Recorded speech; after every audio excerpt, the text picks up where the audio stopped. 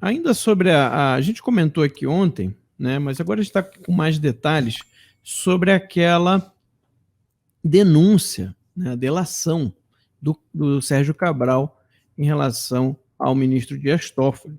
Então, segundo o Cabral, o Dias Toffoli recebeu 3 milhões de reais para alterar votos no TSE.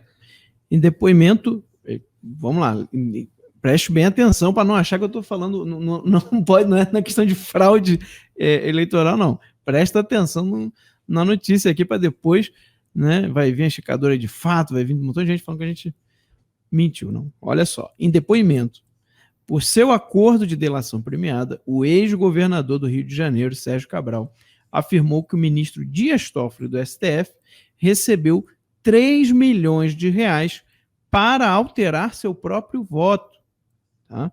E 1 milhão de reais para conceder liminares favoráveis a prefeitos do estado do Rio de Janeiro. De acordo com a revista Cruzoé, que foi quem conseguiu aqui a informação, a maior quantia foi paga para reverter a cassação do prefeito de Volta Redonda, Antônio Francisco Neto. O político teve um mandato cassado pelo TRE do Rio de Janeiro. Em 7 de abril, a decisão foi mantida pelo STF com voto favorável de Toffoli. O revés fez com que Antônio Neto entrasse em contato com Cabral para requisitar a atuação dele em seu favor durante os embargos de declaração, último recurso apresentado no caso. Luiz Fernando Pezão, então governador fluminense, foi acionado. José Luiz Solheiro foi chamado como intermediário e a advogada Roberta Rangel, mulher de Toffoli, recebeu a oferta de 3 milhões de reais pela mudança do voto. Segundo o depoimento, o pagamento foi operacionalizado através de uma estrutura de recursos ilícitos pelo ex-secretário de Obras Rudson Braga, ligado a Pezão, ainda segundo a Cruzoé. O relatório da Polícia Federal confirma a mudança na votação do ministro em 23 de junho de 2015. Quanto ao pagamento de 1 milhão de reais, a PF aponta que Daiane Furtado, sócia do escritório de advocacia da mulher de Toffoli, entre 2017 e 2013, advogou na defesa da ex-prefeita Branca Mota, tá? Que é do PSL, de Bom Jesus de Itabapoana. O pagamento teria sido feito através da mesma estrutura ligada a Pezão. Toffoli, que nega ter recebido qualquer recurso ilícito, ainda é acusado por Cabral de obstruir 12 inquéritos abertos com base na delação dele, que foram abertos por outro ministro do STF, Edson Fachin, no ano passado. Olha, isso aqui é bombástico e tem muito detalhe aqui. Tem muito detalhe. Não, eu acho que o mais evidente, né, é o seguinte, quando você paga o cara para mudar um voto, esse é um tipo de crime complicado, porque você esconder, porque o voto é público, né? Então fica pelo menos você esconde o elefante, mas a tromba fica de fora. Porque o efeito é público. O que falta averiguar é se de fato houve o pagamento, se tem nexo causal, aquela coisa toda, né? Isso falta caracterizar. Mas o efeito é público, né? Agora, vamos tomar por base, né? Vamos tomar por certo que isso de fato aconteceu, por hipótese, né? Uhum. Vamos tomar por hipótese. 3 milhões para salvar o mandato de um prefeito. Faz o cálculo quanto é o investimento disso aí. Você investe 3 milhões para salvar o restante do mandato de um prefeito. O que isso não significa? O que isso significa? Que vale a pena que o ganho que ele ia retirar superava os 3 milhões, é óbvio. Senão ninguém paga. Ninguém pagaria, né? Você não paga 3 milhões para voltar a ser síndico de prédio. Né? Você vai tá aqui, ó, síndico de prédio. Né? Foi destituído pela comissão dos moradores aqui. Você entra entra na justiça para tentar virar e paga lá, né? 1 milhão que seja, né? Para ser síndico do prédio. Você não paga isso. Você não paga 3 milhões para voltar pelo prazer de ser prefeito, pela honra de ser prefeito. Não é isso, né? O que mais que deve ter embaixo desse colchão para valer a pena um investimento de 3 milhões para voltar a ser prefeito? Tomando por hipótese que a denúncia é verdadeira. Tomando por hipótese que a denúncia seja verdadeira, né? Então, né, como bem colocou ali, houve mudança do voto? Houve. Agora falta saber, né? A PF de fato encontrou essas movimentações? Parece que sim. Parece que sim. Né? A PF tá afirmando categoricamente que encontrou. Né? Encontrou nexo causal? Tem que averiguar qual que é o nexo causal aí. É óbvio que salta aos olhos e testa a nossa ingenuidade, né? A nossa incredulidade, a nossa credulidade. Você dizer, não, houve aqui um pagamento de 3 milhões aqui ilícitos e teve logo depois a mudança dos votos, mas não tem nada a ver uma coisa com a outra. Né? Testa um pouco a nossa... Mas, né, nexo causal precisa ser estabelecido. Então, mas que me salta aos olhos essa questão dos 3 milhões aí, do valor, me salta. Realmente, 3 milhões para voltar uma prefeitura. A prefeitura de que cidade mesmo? Volta Redonda do Rio. Volta Redonda do Rio. Quantas pessoas tem em Volta Redonda? Qual a população de Volta Redonda? Tem alguém de Volta Redonda aí? Pessoal que tá assistindo a gente aqui. Tem sim, o pessoal já tinha falado que achava estranho mesmo essa situação da prefeita. São 273 mil. 273 mil.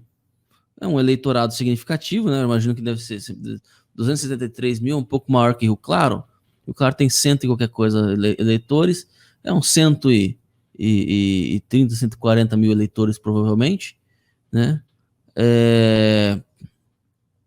Tá, uma máquina pública aí que custa aí fácil mais de 1 bilhão mês, mais de 1 bilhão ano, né? Tranquilamente.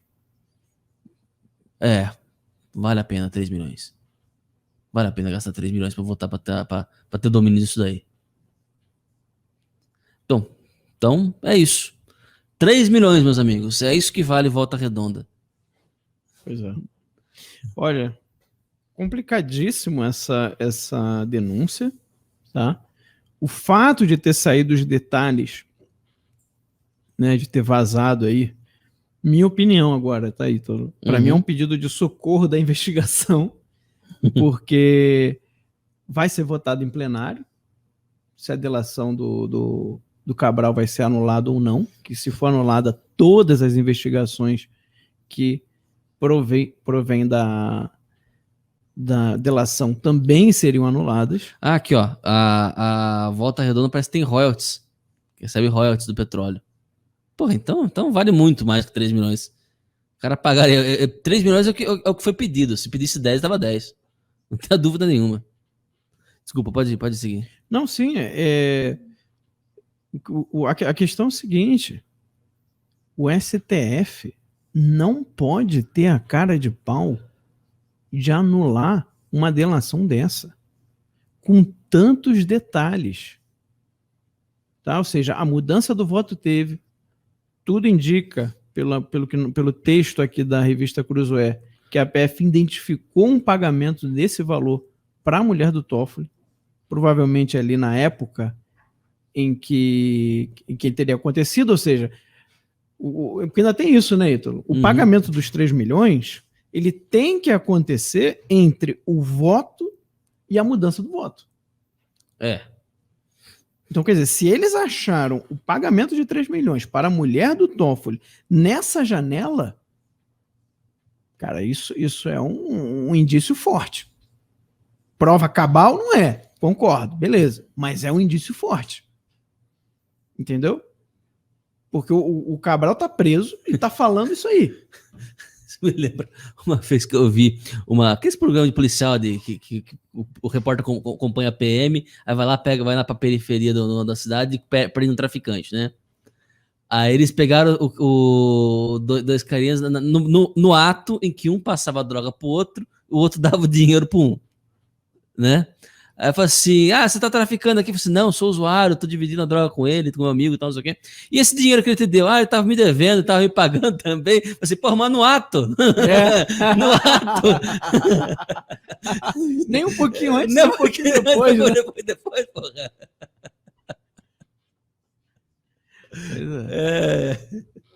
É foda, bicho. Aí não dá pra defender, né? Pois é. Então, não, é isso. Ai, que vida. Só a correção, né? Eu falei que tem petróleo lá, não é petróleo, não, é aço. Aço. Mas é dinheiro pra cacete também, então... Não, e desde que a CSN foi privatizada, nossa, o lucro dela disparou. Uhum. O lucro dela disparou. Né? Inclusive, acho que ela dava prejuízo um pouquinho antes de ser privatizada, né? Ela dava até prejuízo. Se eu fosse o Lewandowski, eu diria, assim, tá vendo? A culpa dessa corrupção aí é da privatização da CSN. Se não tivesse privatizado, não tinha aumentado o lucro, não tinha compensado, né? Ainda vai falar assim, né? O problema é que vocês estão investigando. Vocês estão investigando, o problema é a investigação, exatamente. Que aí o judiciário fica desmoralizado. Olha o problema que você está causando, institucional. Shame on you, PF. Que vergonha, PF. Pois é. Bem, olha, a gente precisa estar atento agora a esse julgamento que vai acontecer no STF da delação do Cabral. Vai ser agora, finalzinho de maio aí, né? A última semana, se eu não me engano, de maio, porque é polêmico demais. Essas denúncias são graves, há indícios, e isso tem que ser investigado. Pelo bem da própria Suprema Corte. Pelo bem da própria Suprema Corte. Né? Pelo bem da Suprema Corte, me explico, né? Antes que interprete de alguma maneira equivocada. No sentido de honra, de moral. Se ainda resta alguma honra, alguma moral, ela vai acabar no momento em que eles quiserem anular e jogar a delação para debaixo do tapete. Bem,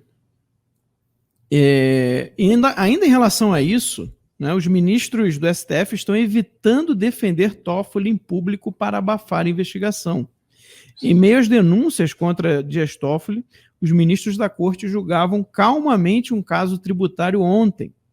Nem parecia que no dia anterior a Polícia Federal tinha pedido ao tribunal a abertura de inquérito contra o ministro Dias Toffoli.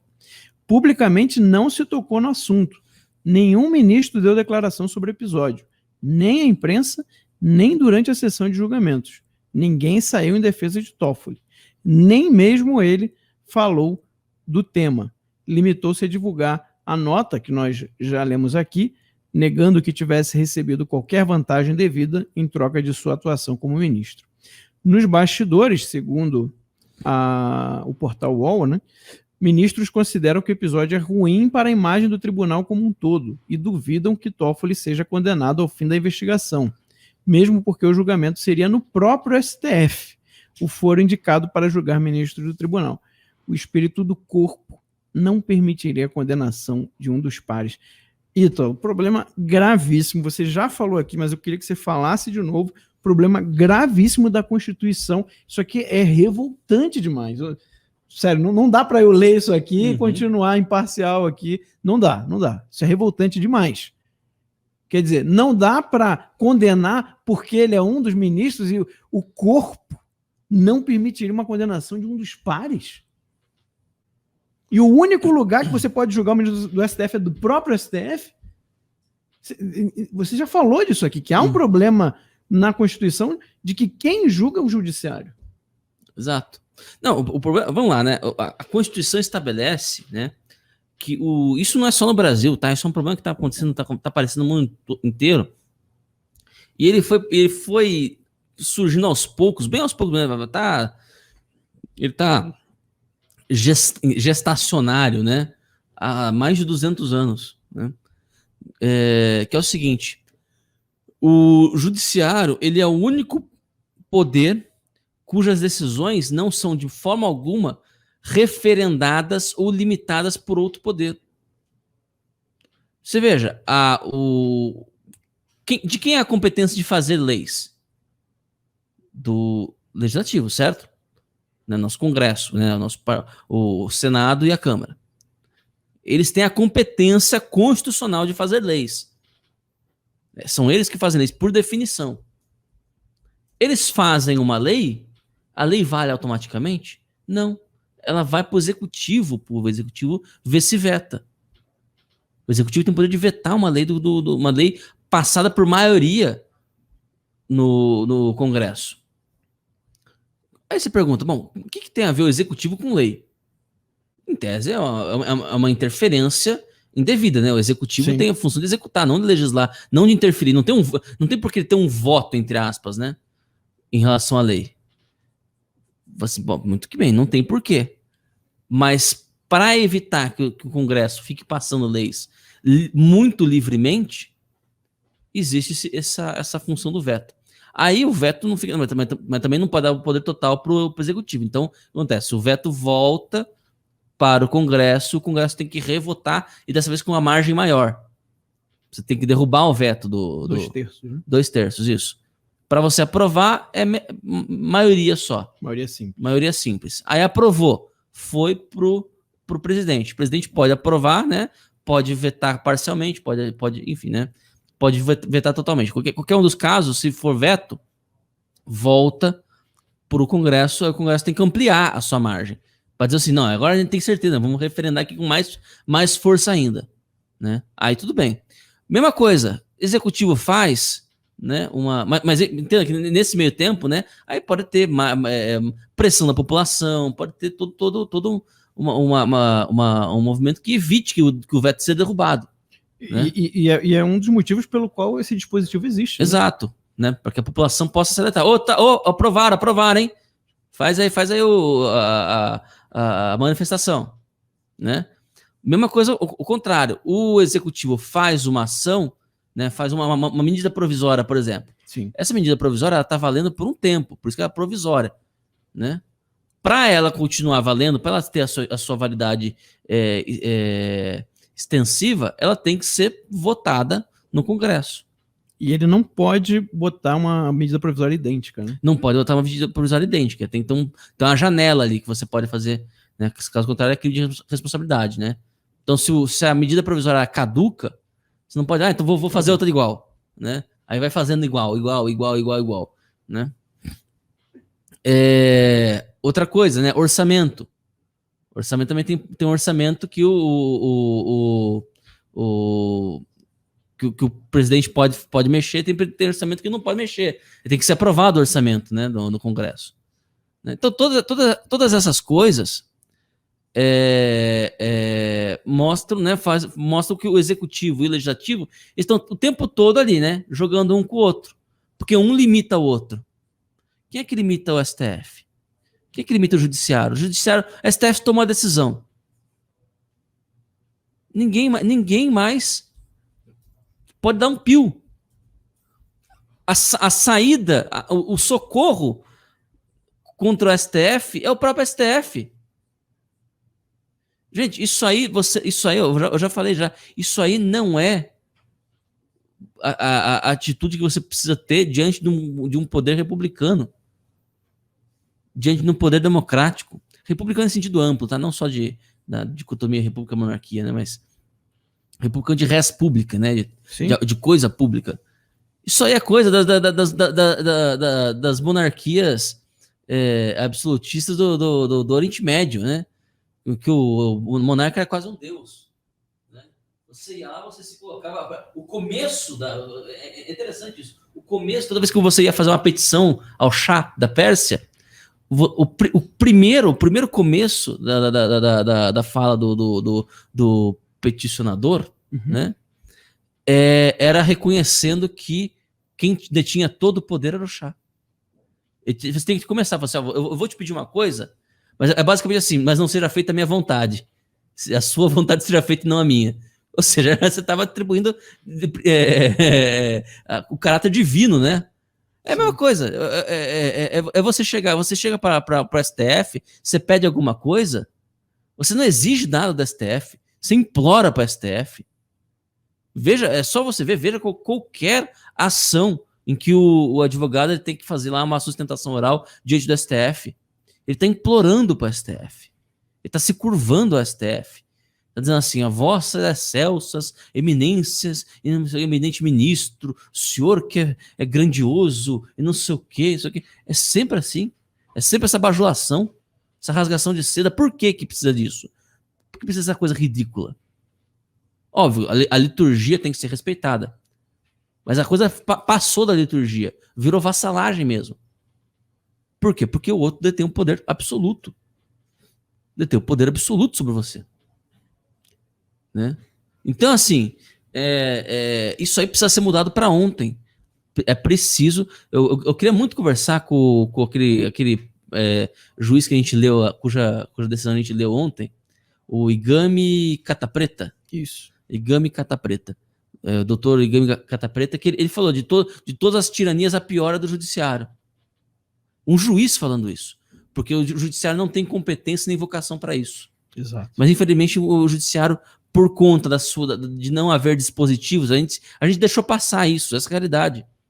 Por tantos anos o judiciário estava envolto nessa aura de magnanimidade, e de fato, por muitos anos, veja bem, por muitos anos, o poder judiciário foi o poder mais ilibado da República. Mais ilibado da divisão dos três poderes. Porque tinha todo um processo para você entrar, né, para você ser juiz, tinha toda uma preparação, né? O problema é que essa preparação foi corrompida. Aí você envenenou o poço. Né? Envenenou o poço. O cara sai. Antigamente o cara fazia uma faculdade de direito, o cara saía de lá com alta cultura, o cara saía de lá, né? Veja, Dom Bertrand, por exemplo, é formado em direito pelo Largo São Francisco. Veja qual que é o nível de pessoas que saem hoje do Largo São Francisco. E a gente só com porcaria na cabeça. Entende? Então, é muito importante que a gente tenha consciência disso, tenha consciência que justocracia é um problema, o judiciário está se agigantando de maneira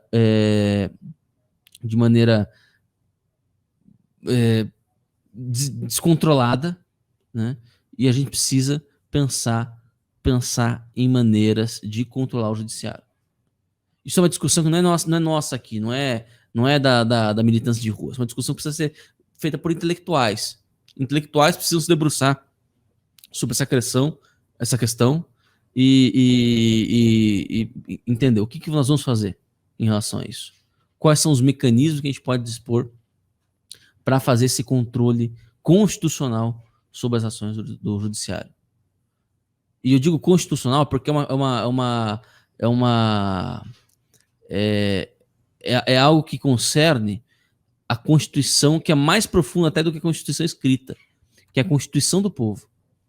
O povo constitui a Constituição, por assim dizer. O povo é o poder constituinte. Então, o povo tem impresso no seu espírito uma Constituição. E grita, clama aos céus a injustiça de você ter um judiciário que é todo poderoso no Brasil. É uma injustiça que clama aos céus, porque grita no espírito do povo. Então, é preciso que isso seja debruçado, seja o fruto de trabalho sério de intelectuais. Olha, eu quero só, antes de partir para a próxima pauta, eu queria reforçar aqui que a população preste atenção nesse julgamento do STF. Nós, obviamente, vamos falar sobre isso. E se o STF decidir não investigar o Dias Toffoli, as pessoas vão precisar se manifestar. O Brasil vai ter que se manifestar. O Brasil vai ter que colocar a boca no trombone, entendeu? E pedir a investigação. Veja, a gente não está pedindo nem sequer o impeachment do ministro. Tá? Apenas que ele seja investigado. Porque as acusações são graves. Se comprovar a inocência, ele sai mais fortalecido. Ué. É o que eu sempre pergunto aqui. Se o cara é inocente, por que não querem investigar? Por que não querem deixar que a investigação continue? Né? Por exemplo, o caso do Terça Livre. Inventaram uma série de mentiras, ilações, né? Vários já perderam aí processos por causa disso. E o Alan sempre falou, vem, investiga aí, quebra o sigilo das contas, vê. E foi o que eles fizeram. Não encontraram nada, porque não tinha nada. Então, se não há crime, como o próprio Dias Toffoli falou na nota, então deixe que investigue. Demonstre a sua inocência. E acabou. E não tem como você me dizer assim, mas você está indo contra o princípio de que a pessoa é inocente até que se prove o contrário. Mas ele é uma figura pública, é um ministro da Suprema Corte. É a honra da corte que está em jogo. Se é que ainda tem. O próprio Ives Gandra Martins, o jurista Modesto Carvalhosa, um dos maiores juristas do país, ele falou, quando houve o inquérito das fake news, que a corte tinha se tornado ilegítima por ter dado aval àquele tipo de inquérito inconstitucional e ilegal. Mas se eles ainda querem manter algo, que pelo menos deixe a investigação correr. É só isso que a gente pede. Que investiguem Toffoli. Tá? Investiguem a denúncia. Investiguem a denúncia. E se for comprovado que inocente, muito bem. E se não, que seja punido. Que seja punido. Não, é inadmissível. É inadmissível que um dos três poderes acoberte assim, de maneira tão gritante, tá? Uma denúncia como essa.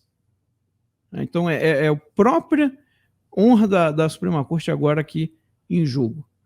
E se acontecer, o povo precisa se manifestar. Eu tinha que pensar em uma hashtag aí, então.